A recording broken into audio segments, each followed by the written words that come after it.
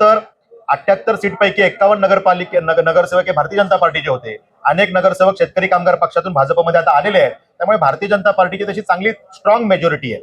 त्यामुळे या वेळेला भारतीय जनता पार्टी आणि सहकारी 78 पैकी 65 प्लस जागांवरती त्या ठिकाणी आपण निवडून आलेलं चित्र आपल्याला निर्णयानंतर दिसेल. ते जनतेच्या डोळ्यातले अश्रू पुसणं, त्यांच्या विकासासाठी आणि उद्धारासाठी काम करणं, मला वाटतं आमदार म्हणून ही जबाबदारी आपली असते. ते जबाबदारीचं भान असलं की आपोआप असं काम आपल्या हातून घडत राहतं. राज्यातलं देवाभाऊंचं सरकार, राज्यातलं उपमुख्यमंत्री महोदय त्यांच्या पद्धतीनं ज्या पद्धतीने हे सरकार जनसामान्यांसाठी सगळे मिळून काम करतात, त्यांचं ध्येय धोरण आणि प्रधानमंत्र्यांचं ध्येय धोरण जर का खालपर्यंत पोहोचवण्यासाठी, तो लाभ जनतेपर्यंत पोहोचवण्यासाठी जर का कुठलेही अधिकारी, ते सिडकोचे असो किंवा महापालिकेचे असो किंवा कुठल्याही प्राधिकरणाचे असो, ते जर का अडचण आणत असतील, अडकाटी करत असतील, तर आमदार म्हणून तो सत्तेतला आहे की विरोधातला आहे हे न बघता आमदार म्हणून आपलं ते कर्तव्य आहे की त्याला वाचा फोडली पाहिजे, त्याच्यामध्ये आवाज उचलला पाहिजे. आणि जर का एखादा निर्णय सरकारकडनं करून घ्यायचा असेल तर आम्ही सरकारकडनं करून घेऊ. एखादा विषय सरकारने चांगला केलाय, जसं या सिडकोच्या घरांचा विषय होता, सरकारने केलं, 67,000 घरं जाहीर केली, सगळं केल्यानंतर लॉटरी केली, पण या किमती मात्र फुगवण्याचं काम सिडकोने केलं आणि सरकारला सांगण्याचं काम करत होते की नाही आम्ही किमती बरोबर ठेवल्यात. त्याच्यामध्ये माझ्यासारख्या एखाद्या कुणाला आमदाराला काम करावं लागेल, त्यांच्या सगळे गोष्टी आतल्या करून काढाव्या लागतील, त्यांचे बोर्ड रिझोल्युशन काढावे लागतील. तुम्ही केलेले निर्णय आणि तुम्ही वागताय कशी यातली तफावत समोर आणावी लागेल. ती आपण आणली. त्या माध्यमातून सिडकोच्या त्या बैठकीमध्ये अधिकाऱ्यांचं पितळ उघडं केलं आणि त्या माध्यमातून निर्णय झाले आणि सिडकोच्या घरांच्या किमती 10% थेट कमी झाल्या. जीएसटीचा एक्स्ट्रा मिळणारा लाभ, ईडब्ल्यूएस अंतर्गत प्रधानमंत्री आवास योजनेची मिळणारी सबसिडी, हे सगळं जर मोजलं तर हा बेनिफिट 15 ते 20% घरात जातो. आणि जर का आकडेवारीच सांगायचं झालं तर 2.5 लाख ते 3.5 लाख नागरिकांच्या आयुष्यावर थेट परिणाम करणारा हा निर्णय त्या ठिकाणी झाला.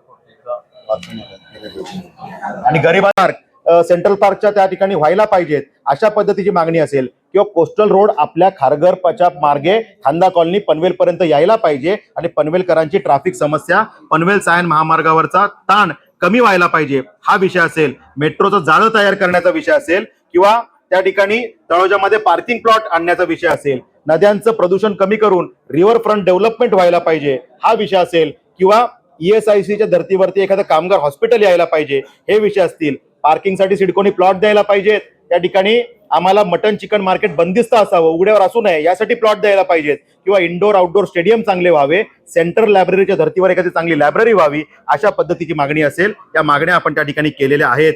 सिडकोच्या माध्यमातून जे काही ग्रामीण भागातला, नैनाच्या भागातला कचरा उचलण्याची व्यवस्था नाहीये, ती उचलण्याची व्यवस्था लागावी आणि त्यासाठी सिडकोने इनिशिएटिव्ह घ्यावा ही सुद्धा मागणी आपण केली आहे. पोलिसांसाठी हक्काची घरं असावी, तालुका पोलीस स्टेशनच्या समोर मोकळ्या भूखंडावरती घरं तयार व्हावीत यासाठीची मागणी असेल किंवा अप्पर तहसीलदारच्या माध्यमातून कार्यभार चांगला व्हावा, कार्य सुरळीत व्हावं यासाठी त्यांना एक्स्ट्राची काही पदं पाहिजेत, अधिक स्टाफ पाहिजे त्यासाठीचा विषय असेल किंवा स्किल डेव्हलपमेंट युनिव्हर्सिटी जी पनवेलला होते त्याचं काम तात्काळ सुरू होण्यासाठीचा पाठपुरावा असेल हा विषय सुद्धा आपण मांडलेला आहे.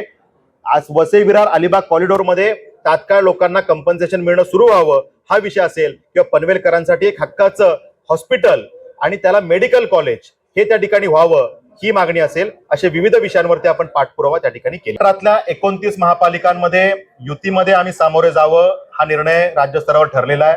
पनवेल महापालिकेत सुद्धा आम्ही युतीमध्ये समोर जावं हा विषय आम्ही त्या ठिकाणी करतोय.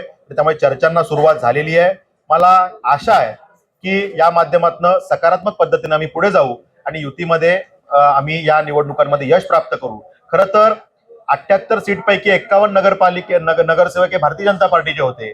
अनेक नगरसेवक शेतकरी कामगार पक्षातून भाजपमध्ये आता आलेले आहेत. त्यामुळे भारतीय जनता पार्टीची तशी चांगली स्ट्रॉंग मेजॉरिटी आहे. त्यामुळे या वेळेला भारतीय जनता पार्टी आणि सहकारी 78 पैकी 65 प्लस जागांवरती त्या ठिकाणी आपण निवडून आलेलं चित्र आपल्याला निर्णयानंतर दिसेल.